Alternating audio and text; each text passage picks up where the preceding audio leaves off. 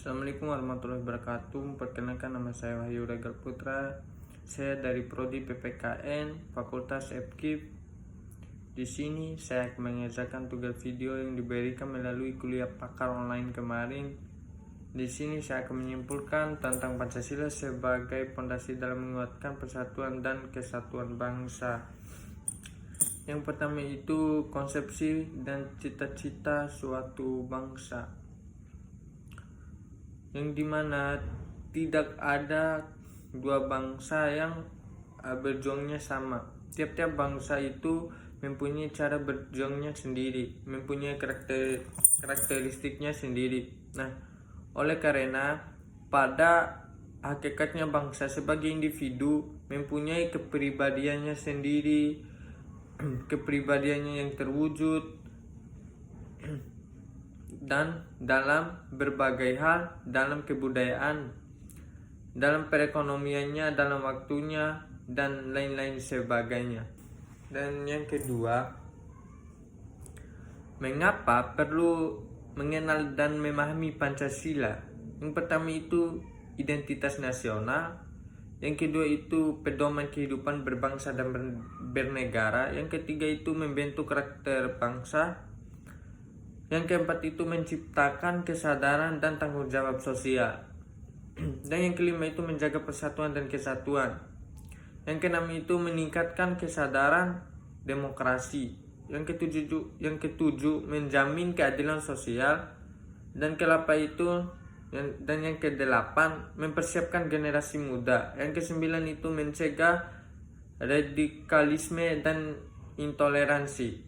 Yang ke-10 itu landasan hukum dan kebijakan. Nah, itulah perlu mengapa kita mengenal dan memahami Pancasila. Dan di sini ada pun sejarah konseptualisasi Pancasila, yang dimana pembibitan itu dimulai pada tahun 1920-an dan perumusannya itu 29 Mei 1 Juni 1945 dan pengesahan itu 18 Agustus 1945.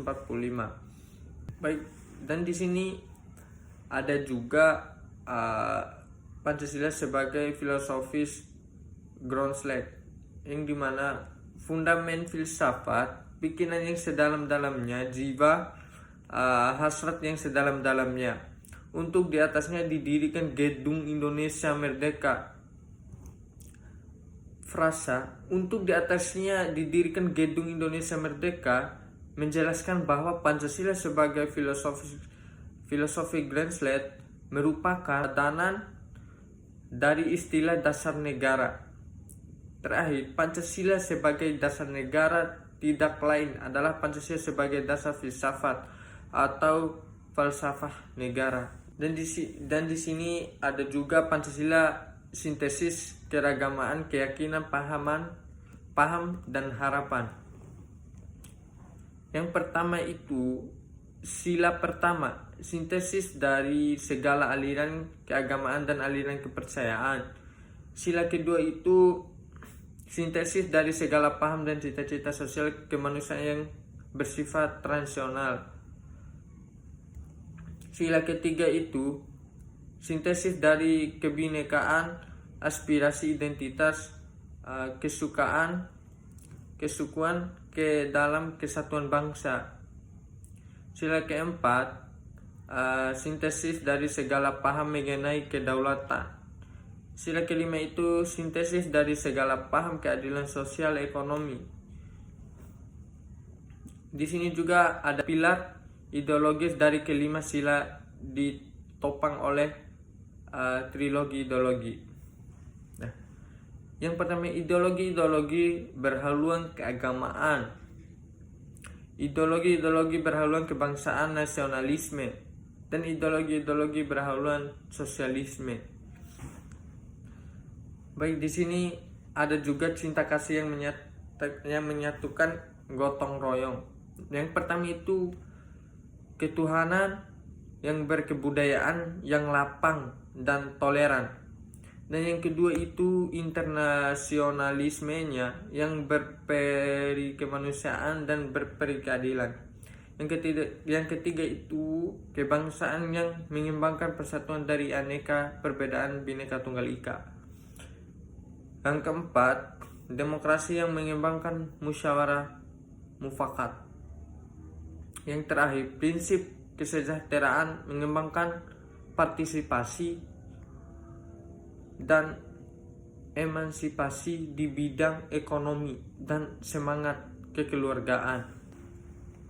Dan di sini ada juga pembumian Pancasila. Proses pengakaran radikalisasi Pancasila melibatkan 3 dimensi ideologi. Yang pertama itu mitos, keyakinan, logos, penalaran, etos, kejuangan. Nah, di sini juga ada Pancasila untuk menguatkan persatuan dan kesatuan bangsa. Pendidikan dan sosialisme Pancasila. Yang kedua itu kampanye dan media sosial. Ketiga itu kegiatan kebudayaan dan gotong royong. Dialog antar agama dan budaya. Kebijakan pemerintah yang berkeadilan. Partisipasi aktif masyarakat. Penggunaannya teknologi dan inovasi. Mungkin itu terkait dengan Pancasila untuk menguatkan persatuan dan kesatuan bangsa. Baik, mungkin itu saja yang bisa saya simpulkan terkait tentang Pancasila sebagai fondasi dalam menguatkan persatuan dan kesatuan bangsa. Wassalamualaikum warahmatullahi wabarakatuh.